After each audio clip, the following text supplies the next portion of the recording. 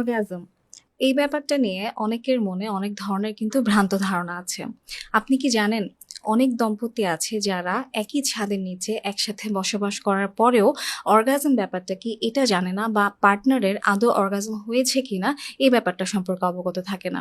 আসসালামু আলাইকুম এভরিওয়ান, আমি ডক্টর নাবিলা নিকিতা। আজকে আপনাদের সাথে ফিমেল অর্গাজম নিয়ে একটু ধারণা দেওয়ার চেষ্টা করব।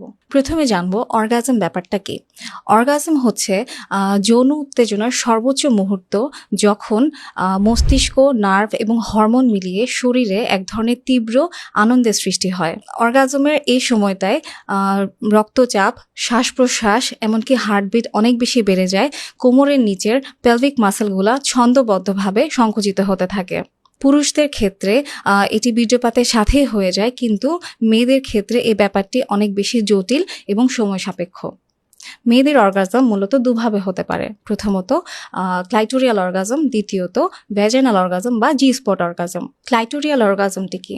ক্লাইটোরিস মেয়েদের একটি যৌন সেন্সিটিভ অর্গান, যেটি পর্যাপ্ত পরিমাণে উত্তেজনা পেলে মস্তিষ্ক থেকে হ্যাপি হরমোন যেমন ডোপামিন, অক্সিটোসিন রিলিজের মাধ্যমে এই ক্লাইটোরিয়াল অর্গাজমটি হয়ে থাকে। এটি সবচেয়ে কমন ধরনের অর্গাজম। ম্যাক্সিমাম মেয়েদের এই ক্লাইটোরিয়াল অর্গাজমে কিন্তু হয়ে থাকে।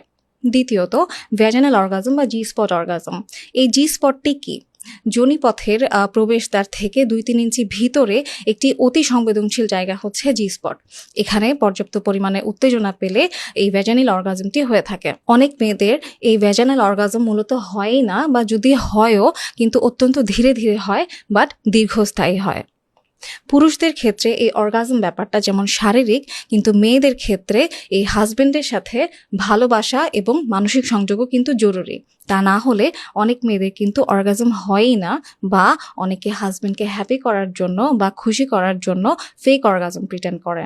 অর্গাজম কোনো লজ্জার বিষয় নয়, বরং এটি মানবদেহের একটি অতি প্রাকৃতিক প্রতিক্রিয়া।